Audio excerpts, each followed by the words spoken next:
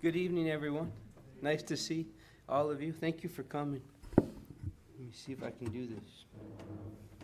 Does anybody else feel like today's only supposed to be like Tuesday or something? Monday, right? But we weathered everything well, yeah? We were very fortunate, I think. Sorry, guys. I'm trying to get rid of this one and put up the new one. So, did anybody, what am I saying? Everybody listened to the talk, yeah? The opening reading, right? If all we did was talk about that opening reading, right? If we just listened to that for 30 seconds, we'd all go home, if it was simple, yeah? But that talk, that short reading from Happy Life, basically summarizes what we're going to talk about tonight. It's amazing how just opening this book random before we start always seems to tie in to our talk. When I first saw the topic, I thought it was perfect for me because I thought it said wordy. You know, I talk a lot. Right? So I thought it was perfect for me, but it said worldly, right? And I still think that's perfect for me because I'm struggling in my personal life with changes in my professional life. Nothing terrible, but just transition, yeah? I'm in healthcare, and healthcare is constantly changing. And my profession is the one that's changing this time. It was cardiologist a few years ago. It was other specialties. This year is my turn. So dealing with that and making the connection between material life, what's important, what's not. And this chapter, chapter 17, item 10, is all about material life, spiritual life, how they come together. We do our gospel at home on Wednesday nights. And it's amazing. Gabriella opened the book last night, and it was to this very item. So it's amazing. I must really need to learn something, right? Because this was my subject. This is what Tim opened today randomly. My daughter opened this section last night. So I hope you get something out of this tonight. Obviously, I really need to. So that's why it was given to me. As I like to say as I start these talks, is I can't take any credit for what we're going to talk about. This is entirely from chapter 17, item 10 of the Gospel according to Spiritism. I may talk a little bit about my thoughts, but the words that you see, for the most part, are all from the book. So let's jump into it. I like to start with a definition. So worldly, and not wordy, worldly, has to do with an experienced or sophisticated of a person, right? They have a lot of experience, they're sophisticated, they know their way around a crowd, a society. Furthermore, it's focused on being concerned more of material values as opposed to ordinary life, rather than a spiritual existence. As you guys know, most of you that are here, I'm probably being repetitive, right? We're human, right? We live in a physical body, but what are we really? Right? Eternal beings, yeah? Spirits, right? Incarnated in a physical body for whatever it is. 50 years, 80 years, 100 years, right? And then this life's done, and we're spirit completely again, yeah? So the real life, or the real pursuit, the real goal, is it money, power, prestige, sophistication, or is it spiritual growth? Or can it be a combination of both, right? The gospel tells us that what we really are, right, is an individual in the world, right? We're spirit, we're incarnated in this body. But there should be a sentiment of compassion, right, with us, right, that animates the hearts, our actions. So that in our actions, whether they're of the world or in the world or material pursuits or spiritual pursuits, whatever we spend our time on, there should be a sentiment of compassion, a desire to draw positive energy to us, the assistance of the good spirit. So as long as we have compassion and good in our hearts, or doing good things, we're going to be able to draw this positive energy closer to us. So we can be strictly in this for material pursuit, or we can pursue material life, live material life with that angle or that direction or that intent of compassion and true charity towards those around us. Does that make sense, the difference? All right. So, what the gospel goes on to say in item number 10 in this chapter is in our daily lives, as we're human and we're living, we're walking the earth, we have to not indulge, but we have to partake in material pursuits, right? No, I don't know about you, but everybody has rent or a mortgage, right? We have bills to pay. We have to buy food. We need a car, transportation. We have to live in this world and earn our way, if you will. But we can do this with by as well as purifying our heart at the same time. So as we are doing these things to provide for our families, for ourselves, as we enjoy life and we have hobbies, we have interests, the lesson here is, no matter what we're doing, not to let mundane or non-moral things kind of linger in our brains or off of our tongues or in our actions, right? We can do almost anything in a good way, or we can do lots of things in bad ways. You can spend your time, let's say you love to read books, right? Nothing wrong with reading books, right? You can read good, focused, self-development, spiritual things that lift you up, or we can spend a lot of time reading there's a lot of crazy stuff out there. I binge watch Netflix occasionally. I work a lot. I spend a lot of time focused on work and family pursuits, but every once in a while I need to disconnect, right? And I'll turn on Netflix, and every once in a while I'll catch myself watching a series that makes no sense. There's violence, there's crime, it's a total non-reality for me. Well, that's mundane. That's not good pursuit. It's a futile pursuit. There's nothing for me to gain from that. So my kids tease me now, because a lot of times they'll catch me watching a documentary series, right? I'll be learning something. Sometimes it's spiritual, sometimes it's just about nature. I spend less and less time devoted to things like, I don't know, Breaking Bad was one I watched for a while. There are a lot of seasons on that, but didn't really help me grow. So the point here is, as you're doing your day-to-day things, try not to linger on non-spiritual things or non-healthy things for your mind. If you're putting bad stuff in, bad stuff is going to come out. So do what you like, but do it with a calling in your step, a positiveness in your step, a desire to help others in your step or to grow, so that you keep your energy high and you draw positive spirits towards you, positive energy. And a great way to do that is, as you're living your life in material pursuits, try to keep charity in mind. That doesn't mean writing checks and giving money. It means charity to your fellow man, right? Charity to yourself, giving yourself time to grow, to learn. Charity to your spouse, to your partner, to your children. Patience, kindness, right? Patience to that boss that may not treat you well. Patience to that neighbor that doesn't respect you, right? Turning the other cheek in the sense of not picking a fight or saying bad things or seeking revenge. Forgiveness, that type of charity. Does that make sense? If we can do that in our daily life, whatever we're spending time with, we're accomplishing this goal. Wow, I beat that dead, didn't I? Sorry. But we got through it. So, here's the question. I asked it already. Can you do both, right? Does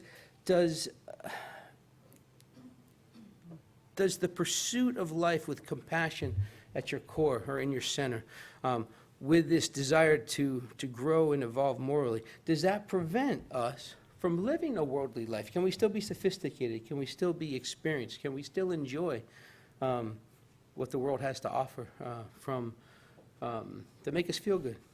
Do they contradict each other? I'll ask you, what do you think? No, right? Yes, no? I think it's no. Yes, I read the book, though. So I knew the answer.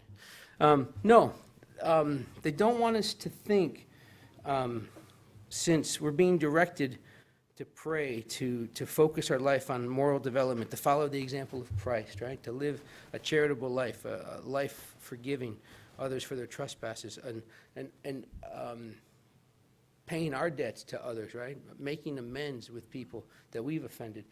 It doesn't mean that we have to be a mystic, is the word they chose. A monk comes to mind, or an edict, or not an edict, but a nun, right, or a priest, or spend every minute of your life in the Spiritist Center volunteering, right? They're not saying that we have to do that. We're instructed and encouraged to live our life in the ways of the times, right? do spend time with your colleagues, your peers, your friends, the people that you're drawn to, and live in a way that's consistent with your time, right? You don't have to wear a cassock, those long robes cover everything, or not be fashionable and go out and not wear clothes that you might like or jewelry that you like. There's nothing wrong with that. It's okay to observe the social necessities, even the frivolities, right? The silly things that we all do, that people like to do. I'm not super, what's the word? I don't keep up with fashion, and I'm not really, I don't really pay attention to what current frivolities are. I spend time with my kids, my wife, and I work, or I'm here. So whatever they are, it's okay to partake in them, right? Whatever you choose to spend your time with, it's fine, right? But do it with a sentiment of purity, right? As you're out and about, what's a common thing? What do people do nowadays? What's a thing people do to spend time and enjoy the day? If you're young, single, what do you guys do? What's common? Okay? We're all at the center all the time, yeah? We don't know. I don't know, movies, concerts, maybe going to downtown Disney, I don't know. Just walking around, enjoying the sights, watching fireworks that happen every night in this town. Whatever they might be, right? Do it with purity, right? In the sense of wherever you are, whoever you come in contact with, have love in your heart for the world around you. Put on a happy face. Be cheerful. Be optimistic. Even if you're devout in your faith and you're on a mission to not sway off the path, if you will, don't judge others. There might be, Each to their own, yeah? Everybody makes their own choices. I'm guilty of being judgmental. Less and less. And the more I study, the more sensitive I become to the other energy around me. Used to freak me out when I first started feeling energy near me, where I hated it. It was very, very uncomfortable. And I would pick up energy around me, and it would change my mood in a big way. Now, I'm at the point where I can be among energy that's not necessarily positive, and I'm judging less and I'm absorbing less. And that doesn't come easily. You have to practice, right? But I'm getting better at that. But 10 years ago, I would partake, right? And I'm still guilty of this. And I'll talk a little bit. Everybody ever hear of a Dr. Bruce Lipton? He's not a spiritist. He's a biologist. 40 years he's dedicated to genetics and understanding DNA. And he discovered some time ago that we can change our DNA, right? For years, I can remember blaming my parents for my faults, right? I got my father's this, or I got my mother's that. Her judgment, right? My mother's very judgmental. And I say that just for educational. I'm not judging her, okay? I'm just letting you know. That's where I always thought it was from. But come to find out, our parents give us life, right? And yes, they give us genes that we're born with. But this guy proved in a petri dish, right? He had 3 petri dishes. And he took DNA cells and he modified the environment in each, same DNA, 3 different dishes, and he modified the environment. And what he discovered is he could actually alter the DNA in these individual dishes, right? And he was able to prove this scientifically, right, beyond a doubt. So then he extrapolated this and said, well, if I can do this in a petri dish, I can do it in my life.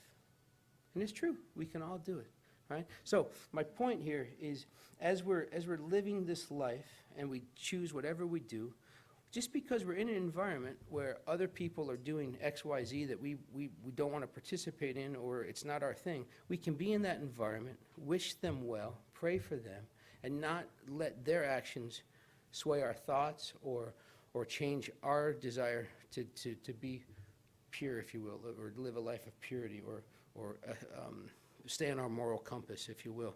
And if we do this consistently, right, and I won't bore you, I don't have a firm grasp on the science, I've just really discovered this guy and starting to read more of his stuff and listen to more of his stuff. But it's a beautiful,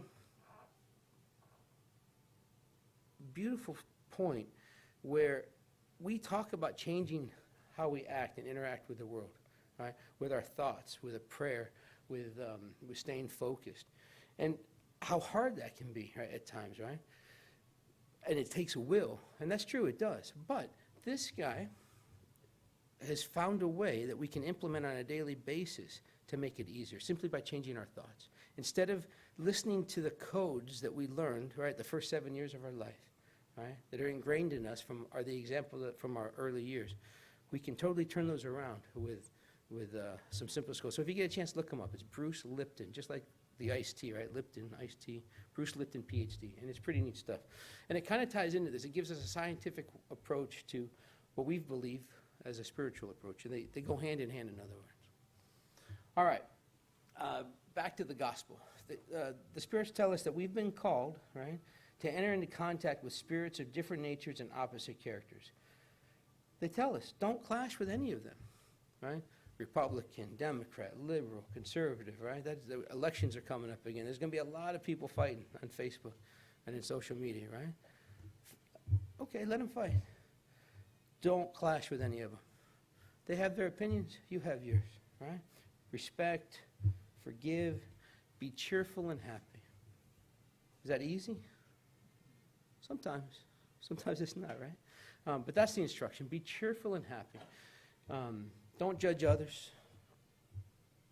Guide yourself.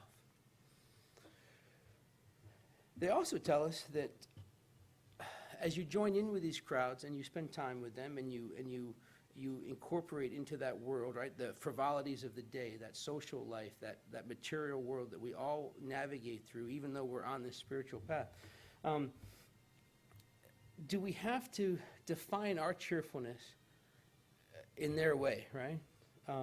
Do we have to always join in completely material with the habits or the things that they're doing?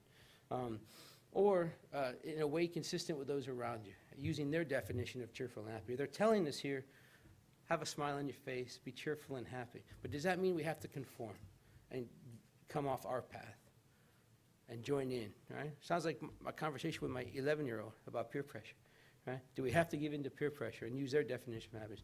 Absolutely not, right? Absolutely not. The definition they're giving us for cheerfulness, right, is what's provided by a clear conscience, right? When you put your head on the pillow at night, knowing that you lived your life, that you made your choices, and you're following your path, you didn't judge the people that may be doing, you might be hanging out with people that don't live the same way you live, but they're in your circle for whatever reason, work, a family friend, what have you. You don't have to join in, but you didn't judge them. You didn't join in, you didn't break your path. And they go on to say that if we can have this clear conscience, right, that this happiness of the heirs of heaven, right, confident knowing that each day draws you closer to your inheritance. And this can be interpreted so many different ways from the gospel, right? But what is our inheritance if we think about it as spiritists? What is the one truth that we know for sure, right? We talk about destiny, we talk about free will, and that always collides, right? But what's the one definite inheritance that we know? We're going to evolve at our own pace, in our own time, in our own way, right? We start down here, right? I didn't put the slide in today, but I have this graph that goes up like an arrow, up at an angle. We are created equal, right? Simple, lacking knowledge, life after life. We grow. Some of us get here really quick. Well, not really quick, but take some time. Some of us spend a lot of time working our way.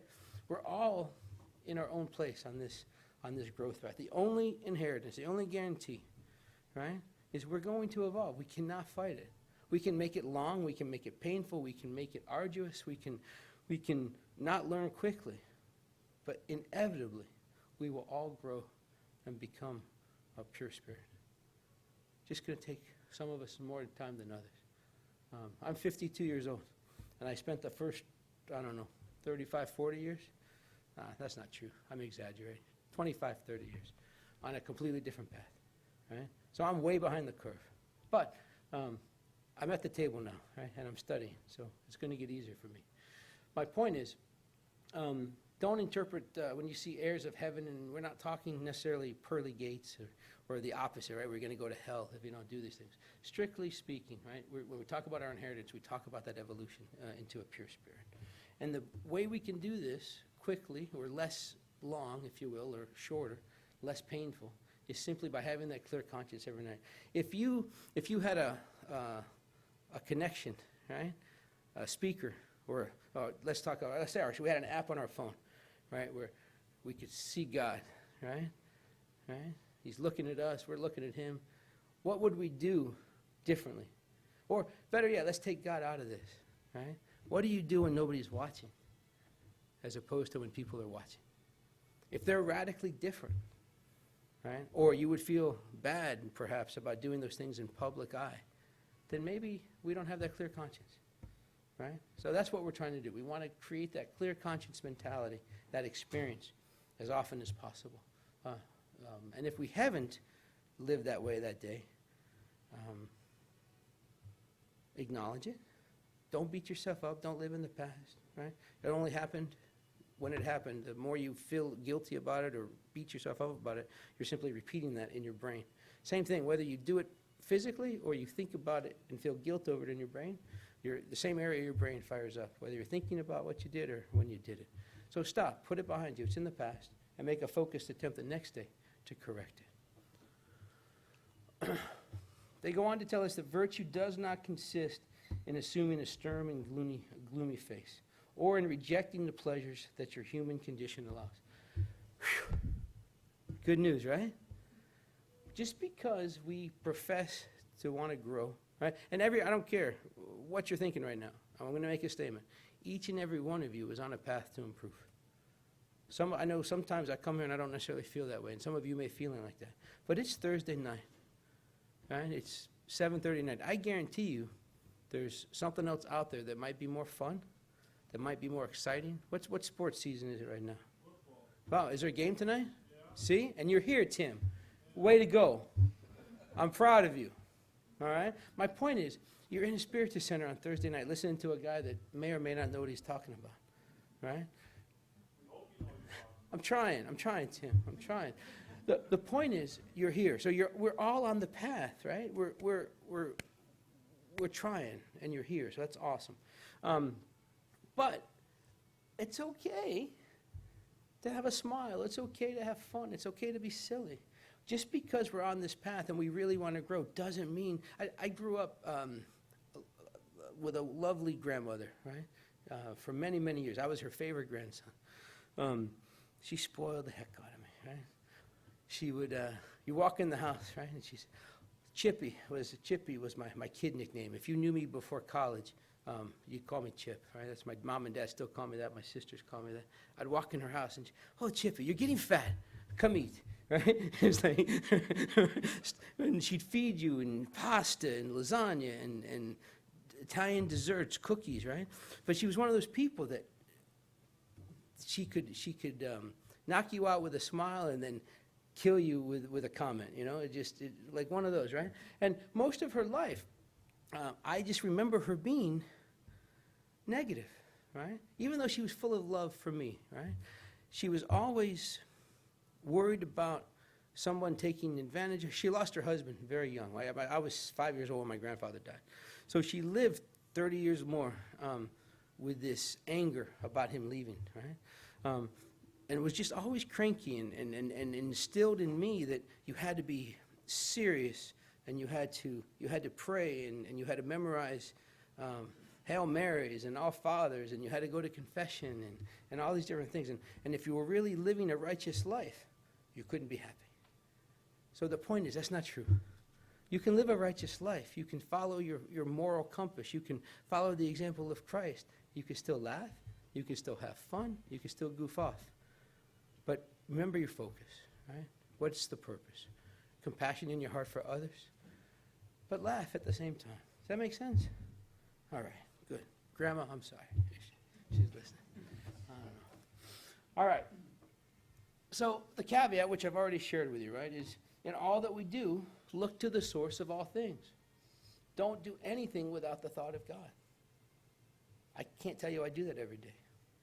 If I had the thought of God in my every thought, there are things I would not do. And there are still things that I do that I might not do in public, right? Nothing crazy, but you know what I mean.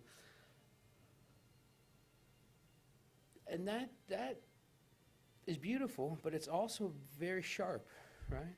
They're basically telling us, do what you want, but with the thought of God in all of your actions. And if we hold true to that, I think we live a little bit differently. So that to me is this was a hard slide, just because it woke me up. Even though I'm studying and I'm here speaking and we pray at home and we're giving lessons to the kids and, we're doing a lot of good things. But I can't tell you that every action I take has the thought of God in it. All right? Enough of my guilt, but that's what it makes me feel. But if we can do this, then we have purifying and sanctifying acts, right? What we think about, what happens next? It comes out of our mouth, we talk about it, and then what happens? Then it's actions, thoughts, words, actions. Another great non-Spiritist book. What was that called? Conversations with God? Remember that? Great book. But anyways, if you think about it, you're going to talk about it, and then it's going to be an action. So if we can keep God in that process from here to here to here, we're going to be living a lot better. As Christ told us, right, perfection is found entirely in the practice of absolute charity.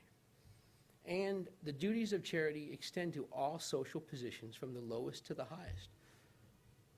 Those who live in isolation could have no charity to practice. In other words, I'm easily swayed. I give into temptation. I have no willpower for this, that, or whatever. I'm just going to go live under a bridge. I'm going to sell everything and go live on an island, right? Hopefully not in the Caribbean during hurricane season, right? It's a little dangerous. And then I'm going to avoid temptation. I tell my wife this all the time. If we could just, sell everything and buy some land in the country closer to where I work, life would be easier. And she reminds me, she says, Alberto. That's what my real name's Albert, right? And my wife's Brazilian, so I love it when she calls me Alberto. It's very cute. But she says, Alberto, if we do that, how are you going to overcome this, and this, right? Because we talk a lot about things we're working on. And she's right. I can't escape my own prison, right? Without facing the bars, right? Without facing the challenge, right? You can't just go live on an island or remove yourself. When I was a young kid, not to digress too much. Tim, am I doing okay on time? What time's kickoff? I want to get you out of here.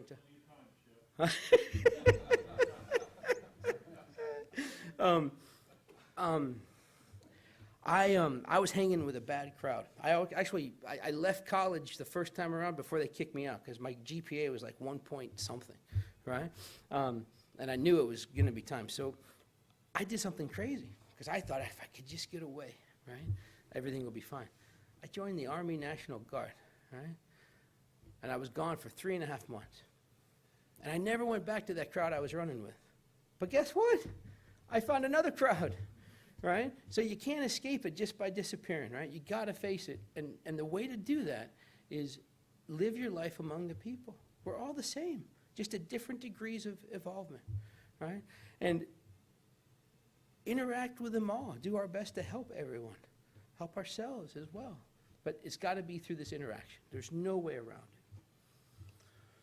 Because it's only through contact with others in the most arduous struggles that we find an opportunity to practice charity. Those who isolate themselves intentionally deprive themselves of the most powerful means of perfection, since they only have themselves to think of, effectively becoming selfish. If we do this, then we're being selfish, because I can't grow without your help. You can't grow without my help. The most difficult person in our lives is our greatest teacher in a lot of ways. They teach us patience.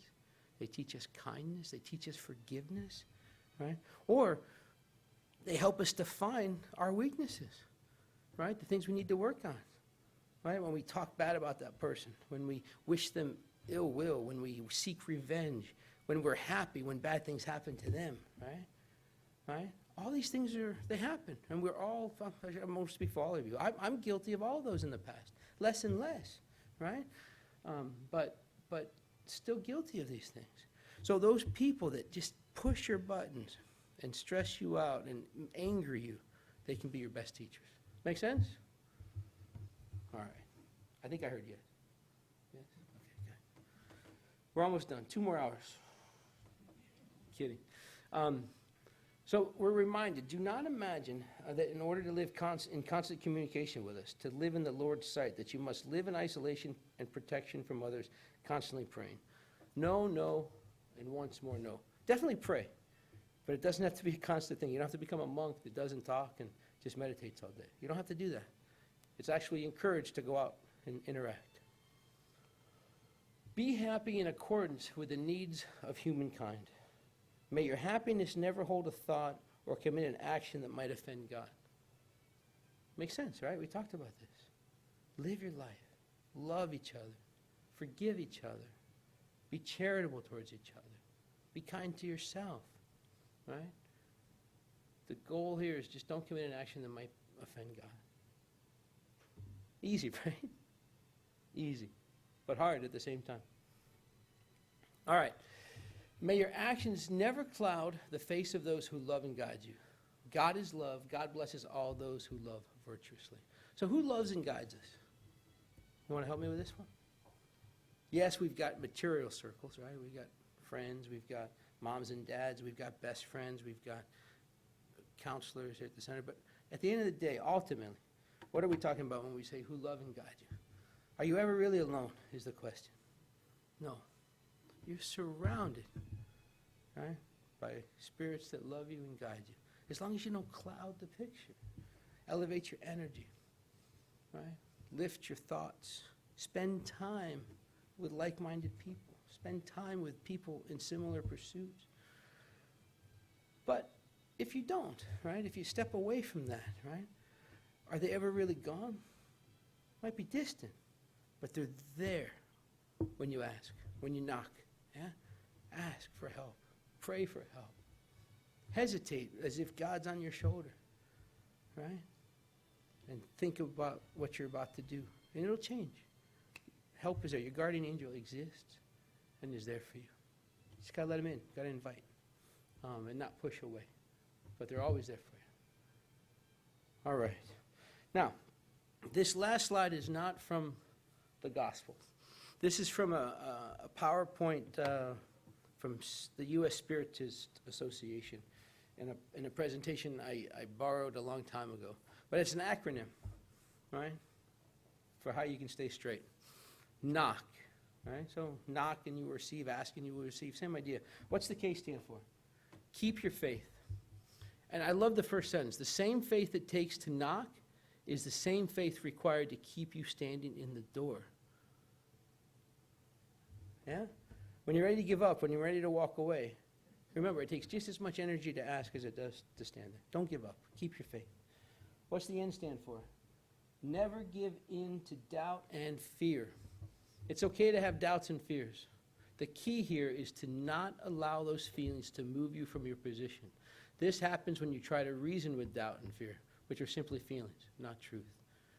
Never give in to doubt and fear. It's okay to be scared. It's okay to doubt. But don't give in. Remember, you're created by God to be a pure spirit. That's your destiny. Don't give up.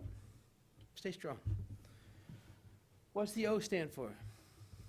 Out of the ordinary. If you're looking for the door to open in an ordinary way, or only for it to open it the way you think it should happen, you may miss your opening. Think of all the ways a door might open. Revolving, sliding, spinning, or maybe there's a small opening at the bottom that you will have to shrink to fit into. Maybe losing the ego and attitude will help you fit, right? How many of you have ever heard that saying, thank God for unanswered prayers?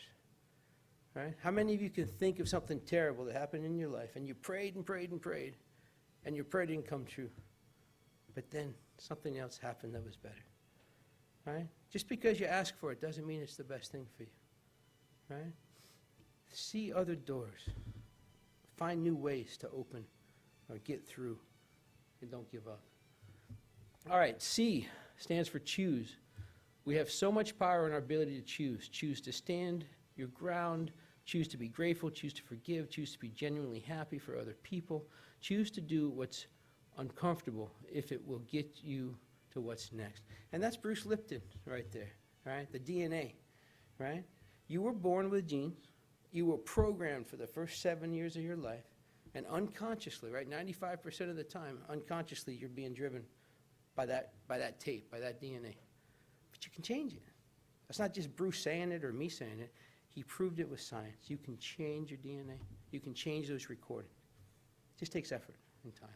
And then finally, the last K, keep your heart and mind guarded.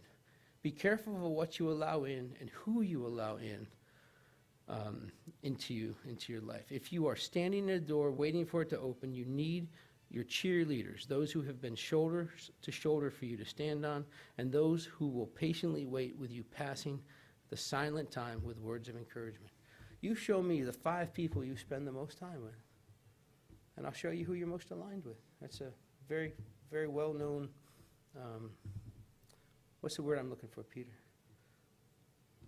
Well-known or accepted belief, right? Yeah.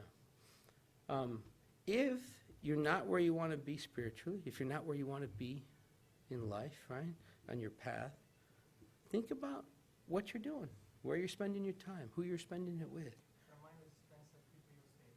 Say that again? Your mind is expensive real estate. Your mind is expensive real estate. Watch our tenants. I like that. Thank you. And then make a change. I have a very dear friend of mine who I love. He's like a brother to me.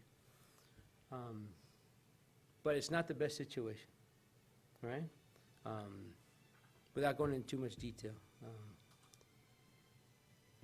I'm struggling with the charity, right? Trying to help.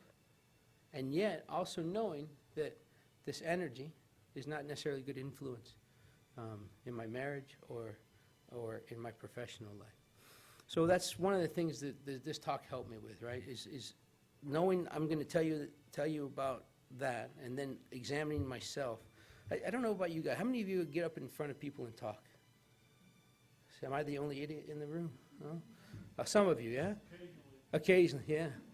It's the hardest thing, right? Because here I am in front of you trying to teach you something that I haven't mastered.